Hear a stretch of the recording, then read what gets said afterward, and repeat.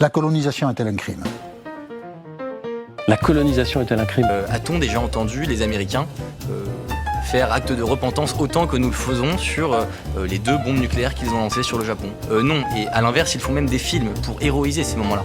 On peut aussi, demander des réparations à Cro-Magnon, qui a certainement été très méchant avec Cro-Magnon. Les Français n'accepteraient à la rigueur qu'une condamnation des excès du colonialisme, à la rigueur.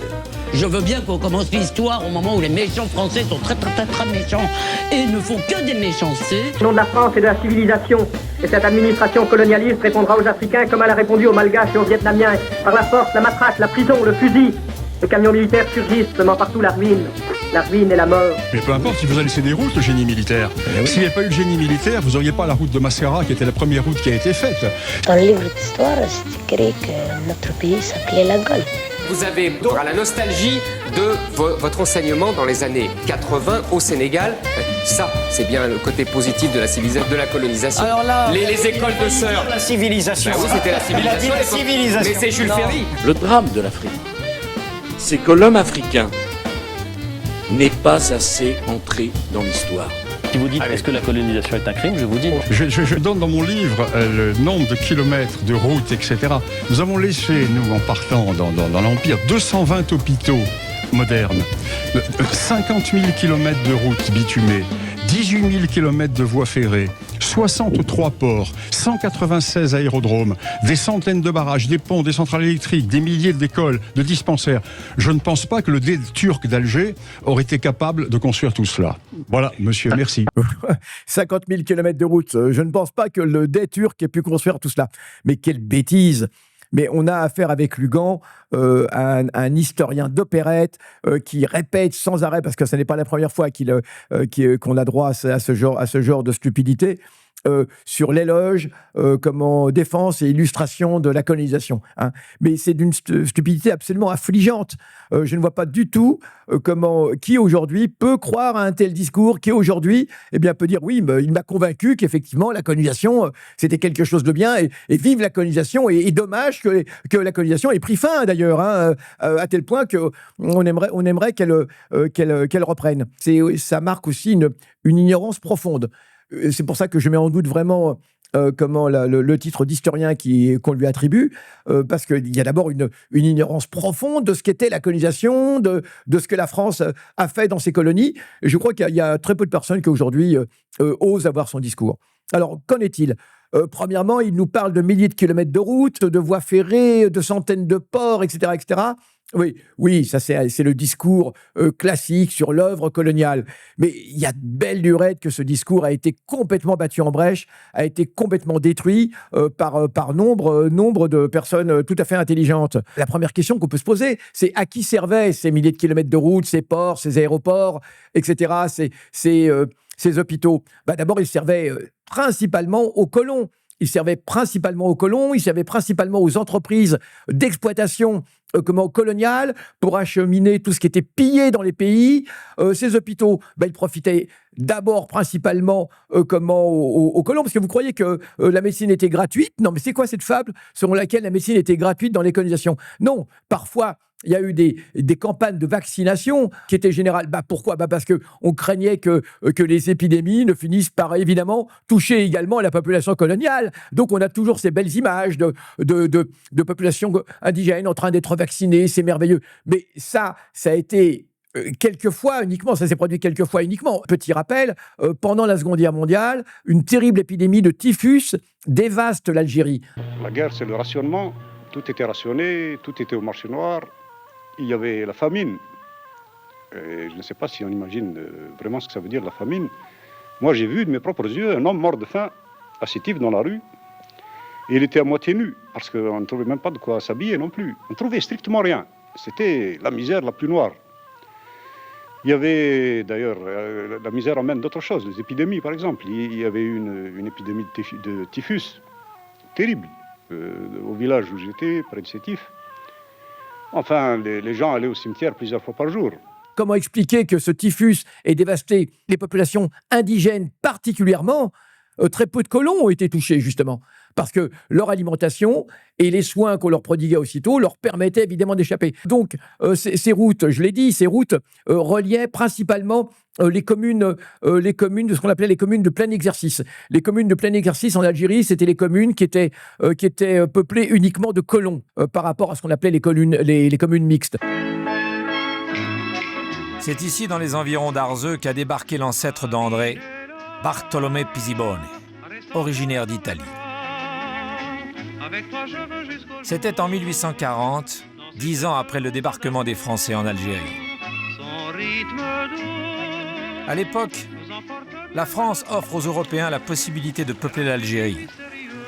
À charge de bâtir ici, en terre d'islam, une petite France à l'identique. La majorité des indigènes habitaient dans des douars, dans des petits villages, l'immense majorité dans lesquels il n'y avait absolument aucune route, hein. Voilà, et puis encore moins de moyens de transport. De temps en temps, il y avait un car qui passait, et puis voilà tout. Mais c'est pour ça que c'est absolument terrible, ce genre de propos. On pourrait parler des aéroports, des aérodromes, mais qui avait les moyens de prendre l'avion à l'époque? Donc, non seulement ces prétendues réalisations coloniales extraordinaires dont on nous bassine étaient faites au seul profit et au principal profit des colons, des entreprises qui étaient installées dans ces pays dominés. D'ailleurs, pas uniquement l'Algérie, hein, mais toute l'Afrique en général, et puis tout le reste, des colonies françaises à travers le monde. Mais posons-nous la question, qui a fait ces réalisations? Qui a construit? Qui a bâti? Qui a construit ces aérodromes, ces hôpitaux, etc. Et surtout, qui les a financés également? Eh bien, évidemment, ce sont encore une fois les indigènes. Je rappelle que le code de l'indigénat, jusqu'à la moitié du XXe siècle, faisait que les indigènes, comme on appelait les populations locales, étaient astreintes à un travail forcé. Il y avait une période de l'année où ces populations étaient forcées de donner un travail gratuit. Hein, ça faisait partie du contrat, si je puis dire. Et même après, une fois après la Seconde Guerre mondiale, quand le code de l'indigénat a été abrogé, eh bien, en fait, dans la réalité, les choses n'avaient guère changé. Officiellement, ces indigènes étaient des travailleurs libres, mais étaient extrêmement mal payés, dans des conditions épouvantables, et voilà, avec des pressions tout à fait similaires à ce qui se passait auparavant. Donc, toutes ces réalisations l'ont été grâce au travail et à la sueur des indigènes. Et là, je voudrais juste vous demander de regarder un film qui s'appelle Afrique 50 de René Vauthier, qui montre très bien cela en Afrique subsaharienne, mais c'était pareil partout. Société commerciale de l'Ouest africain, 650 millions de bénéfices en 1949. Compagnie française de l'Afrique occidentale, 365 millions de bénéfices en 1949. Davom, 180 millions de bénéfices. L'Africaine française, le Niger français, la Compagnie française de la Côte d'Ivoire, c'est le trust anglo-saxon Unilever, 11 milliards 500 millions de bénéfices en une année, 40 millions par jour volés aux Africains. En échange, ces missionnaires du commerce ont introduit le progrès en Afrique. Le progrès. Là où, par exemple, on pouvait mettre un moteur pour, par exemple, ouvrir un pont, ce qu'on appelle les ponts ouvrants, les ponts mécaniques, hein, eh bien, il explique que le travail d'indigènes qui tournaient avec des manivelles pour ouvrir le pont revenait moins cher que l'achat d'un moteur. Donc c'était vraiment quelque chose d'épouvantable à voir, hein, un exemple comme un autre. Donc ce travail, toutes ces réalisations l'ont été par le travail exténuant d'indigènes, par la sueur d'indigènes, et il n'est pas faux de dire que ces indigènes se tuaient au travail, pour de bon. Parce que si la mortalité était si précoce parmi les indigènes, c'était pas uniquement pour l'absence de soins, on les obligeait à faire un travail exténuant, et bien évidemment que cela avait aussi des conséquences sur la santé. Une péniche de la compagnie s'est échouée sur un banc de sable. Pas besoin de remorqueur pour la déhaler. Les nègres sont moins chers que le mazout. Si l'un se noie ou se fait croquer par un caïman, on donnera 500 francs à sa veuve. D'autre part, qui finançait tout cela? Eh bien, tout cela était financé, bien évidemment, par la fiscalité massive des indigènes, par la fiscalité indirecte, ce qu'on appelle la TVA, hein, sur tous les produits, sur le pain, sur les outils, etc. Le paysan, s'il achetait un outil, devait payer une TVA. Et c'est cette TVA ce sont ces impôts indirects qui massivement provenaient du secteur indigène, des populations indigènes, qui a financé tout cela. Pas pour leur profit, pour le profit des colons, encore une fois, et de la métropole. Donc, on le voit aussi bien au niveau des réalisations qu'au niveau des coûts. Tout cela faisait partie de la domination coloniale et on ne peut vraiment pas affirmer que cela profitait aux populations. Ça, c'est une chose. En théorie, les musulmans d'Algérie sont tous des citoyens français. Mais en théorie seulement. Les musulmans sont plus nombreux que les Européens, mais leur voix à l'Assemblée algérienne compte 7 fois moins. La différence de niveau de vie surtout choque les habitants. Les Européens détiennent les meilleures terres dont une grande partie a été confisquée aux Arabes au début de la colonisation. Ces terres avaient été concédées à des colons à charge de les mettre en valeur et de les faire fructifier. Il y a une comparaison que nous pouvons faire. Effectivement, il faut toujours comparer des choses qui sont comparables. Et là, on peut comparer ce qui se passe en Algérie avec la colonisation actuelle en Palestine.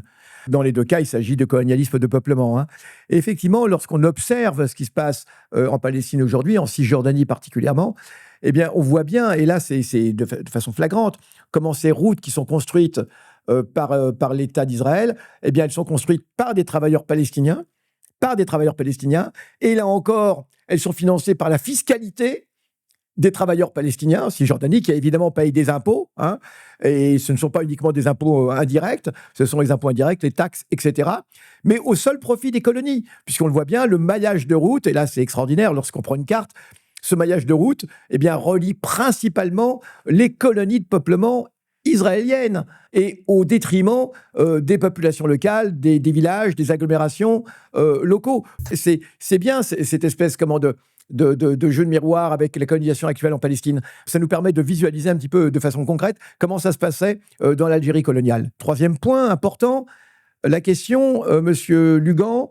dit je ne crois pas que le dey turc d'Alger aurait pu faire ces mirobolantes réalisations dont il nous saoule.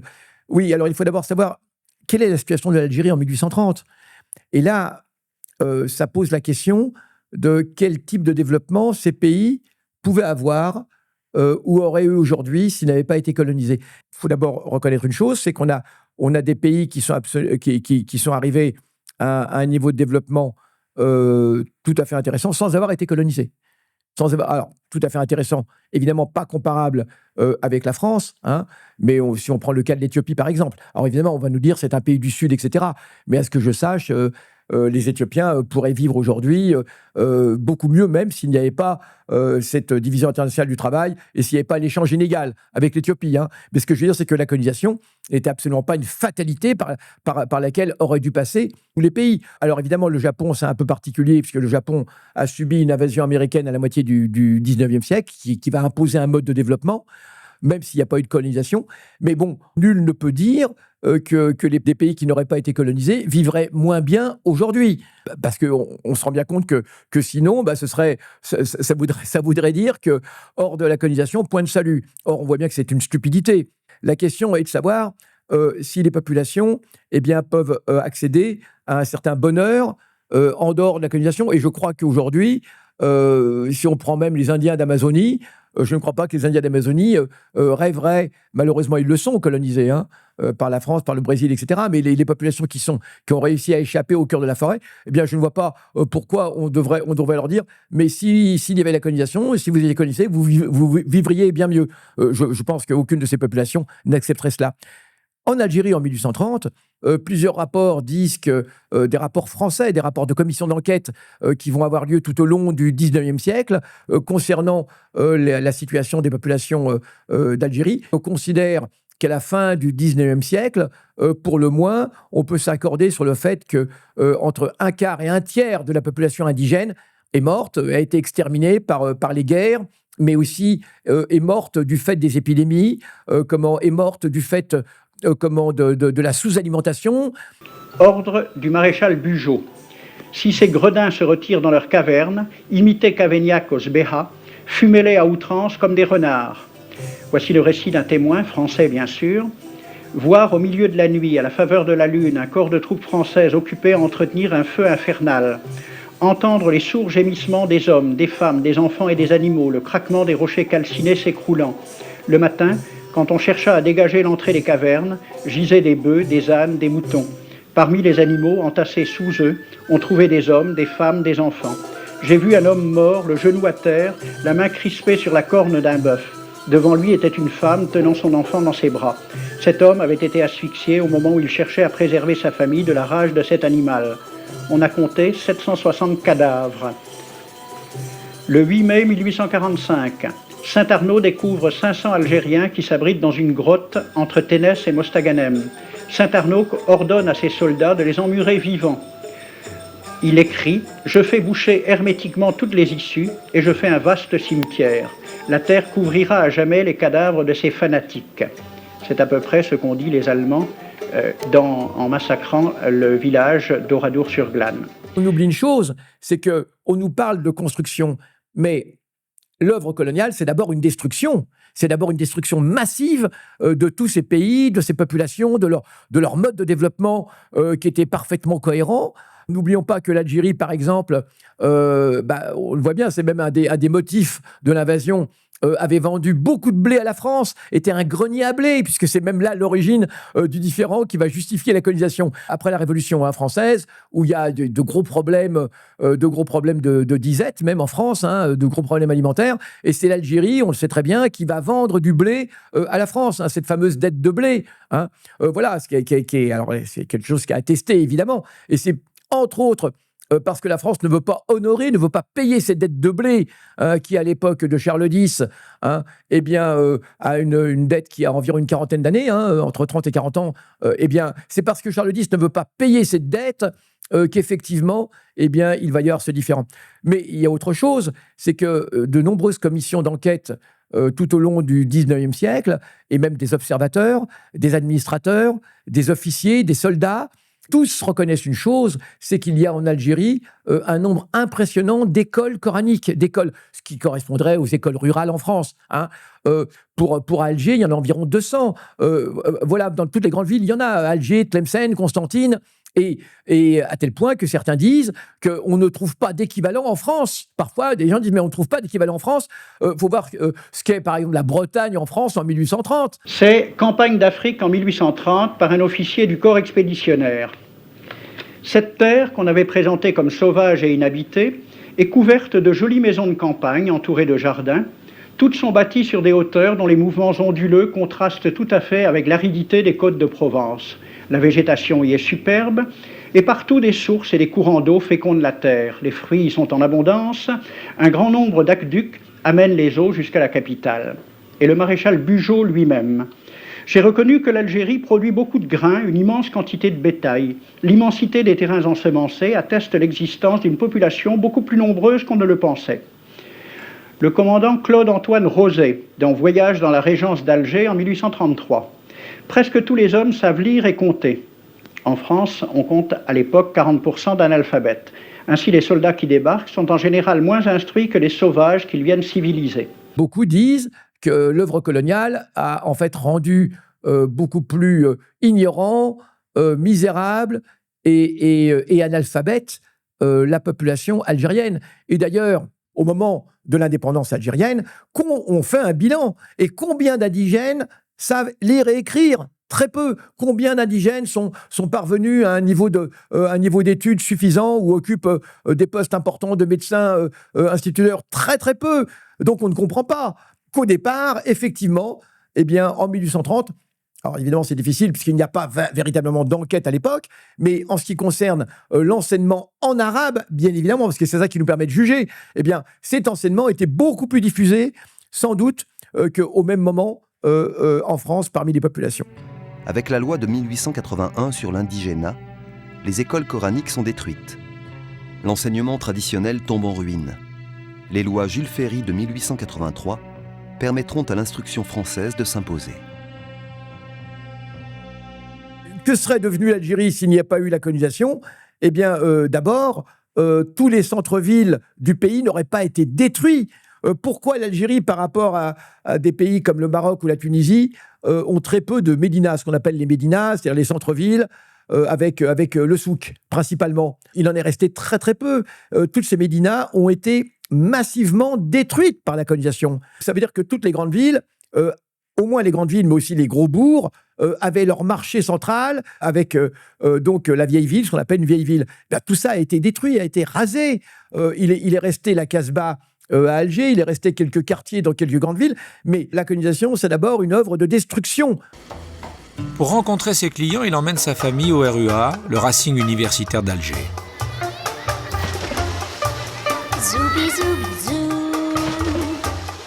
Le club est ouvert à tous, mais payant. C'est là que se retrouve la bourgeoisie algéroise, par les jours de grande chaleur.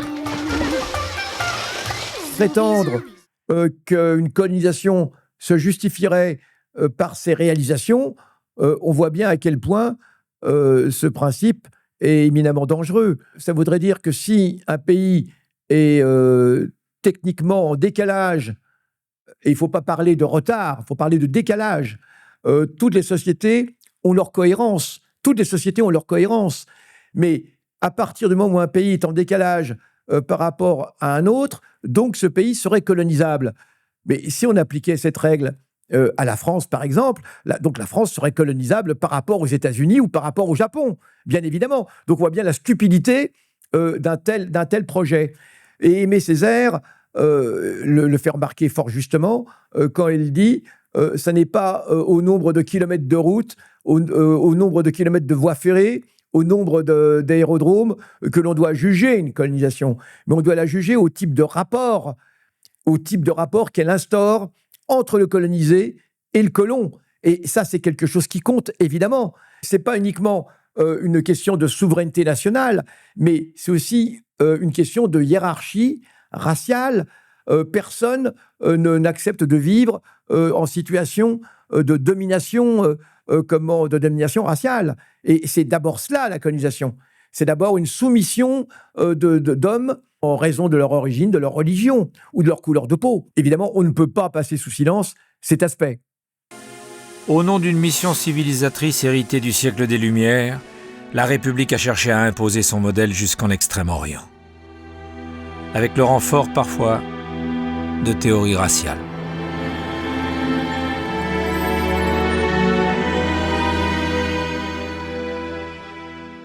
Il y a pour les races supérieures un droit, parce qu'il y a un devoir pour elles.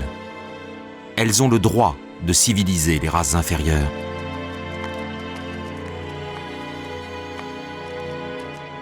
Nous étions posé la question au départ de savoir à qui profitait cette colonisation. Et nous avons expliqué que cette colonisation non seulement profitait à une minorité, mais en plus, cette colonisation était destructrice des sols, destructrice des sociétés, destructrice de l'environnement. Et pour le seul profit d'une minorité, encore une fois, d'une minorité de colons, mais aussi d'une minorité de capitalistes en métropole. Bien sûr, parce que ces colons étaient tout à fait reliés à des capitalistes en métropole. Eh bien, on pourrait tout à fait comparer et ramener ça à la situation d'aujourd'hui. On a une minorité de capitalistes, une minorité même de super capitalistes, qui aujourd'hui profitent d'un développement d'où sont exclus l'immense majorité des populations et qui, par contre, subissent les effets négatifs, dévastateurs de ce développement hors contrôle, de ce dit développement hors contrôle. Donc on voit bien effectivement là l'expression et l'illustration, encore une fois, d'Aimé Césaire, de ce que disait Aimé Césaire.